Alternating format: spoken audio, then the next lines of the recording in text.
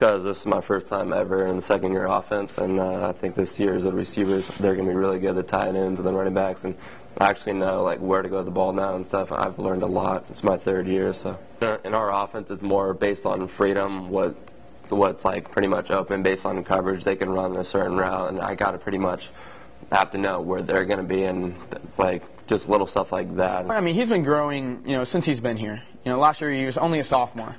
And there's not that many sophomore starting quarterbacks in the country. So this year as a junior, all through spring ball, through the summer, he's definitely, just growing as a passer in all ways, with his footwork, with his timing, with his reads. He knows when to take risks, when not to. He's utilizing his running backs out of the backfield more, getting completions, and just staying positive, getting positive yards, and trying to get the ball out quick and avoid sacks. Well, the transformation, I think we would all agree that we've had, on the team that we've had this past 7 months. The amount that we've grown, not only football-wise, but as far as bringing these guys together, for a greater purpose. And there's no individual minds. There's nobody thinking about themselves, trying to get themselves to the next level, stuff like that.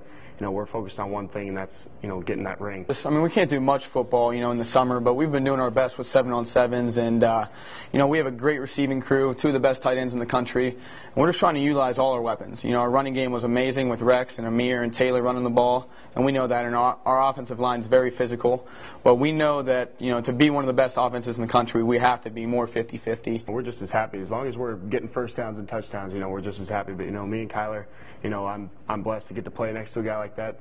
He's one of my best friends, and he's a great player, and it's it's something that we've been building up to for 4 years now. Going into this last year, it's going to be a lot of fun, especially on third downs.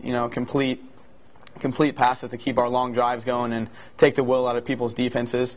Those long drives will just help our defense rest and just really deplete the other defense.